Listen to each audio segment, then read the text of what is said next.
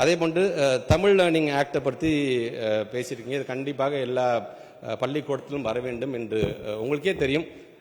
காகங்கள் அமர்கின்ற சிலைகளை நம்ம பார்த்துப்போம். மேகங்கள் அமர்கின்ற அளவுக்கான ஒரு மிகப்பெரிய 133 அடியில் வள்ளுவனுக்கு சிலை அமைத்து தந்தவர் நம்முடைய முத்தமிழ் கலைஞர்கள்.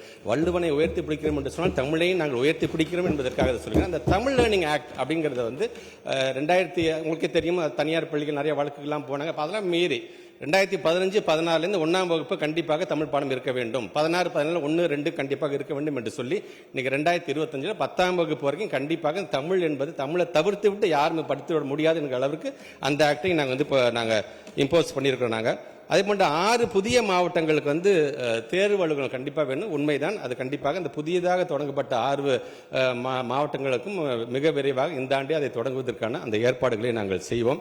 அதே போன்று நம்முடைய அறந்தாங்கி ராமச்சந்திரன் பேசும்போது இந்த மாற்றுத்திறனாளிகள் சார்ந்திருக்கின்ற டிசார்டர்ஸ் சார்ந்திருக்கின்ற மாணவர்களுக்கு நம்ம அதிகப்படியாக கவனத்தை செலுத்த வேண்டும் என்று சொல்லுவோம். நேற்றே நான் சொன்னேன், நலம் நாடிங்கிற ஒரு ஆப் மூலமாக 21 விதமான டிசார்டர்ஸை கண்டுபிடிச்சு அந்த பிள்ளைங்களுக்கு தேவையான நம்ம வந்து செய்கிறோம். ஸோ ஒட்டுமொத்தமாக இந்த மாற்றுத்திறனாளிகள் என்று வரும்போது நம்முடைய மாண்பு தமிழ்நாட்டு முதலமைச்சர் கொண்டு வந்திருக்கின்ற தீர்மானத்திலேருந்தே நான் சொல்றேன். நான் இன்னைக்கு சஸ்டைனபிள் டெவலப்மெண்ட் கோல் மூலமாக 76.64% என்ரோல்மெண்ட் இருந்தாங்க. இன்னைக்கு 85.19% பிள்ளைங்களுக்கு நாம் வந்து இன்னைக்கு படிப்பு சொல்லுகின்ற அளவிற்கு அது உயர்ந்திருக்குது என்று நான் தெரிவித்துக் கொள்கின்றேன்.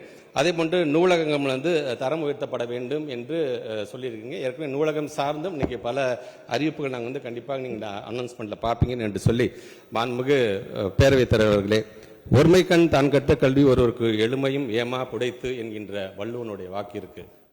முத்தமிழறிஞர் கலைஞருடைய விளக்க உரை என்பது ஒரு தலைமுறையில் பெறுகின்ற கல்வி அறிவானது 7 தலைமுறைக்கும் பாதுகாப்பாக அமையும் என்கின்ற அந்த விளக்க உரையோடு கல்வியால் மக்களுக்கு சுயமரியாதையும் பாதுகாப்பும் அமைந்திட வேண்டும் என்று சொன்ன தந்தை பெரியார், போட்டியும் பொறாமையும் பொய் சிரிப்பும் இருக்கின்ற இந்த உலகில் நாம் நம்முடைய பாதையில் நேர்மையாக நடைபெறுவதற்கு நமக்கு துணையாக வருவது கல்வி மட்டுமே என்று சொன்ன பேரறிஞர் அண்ணா அவர்களை நான் வணங்குகின்றேன்.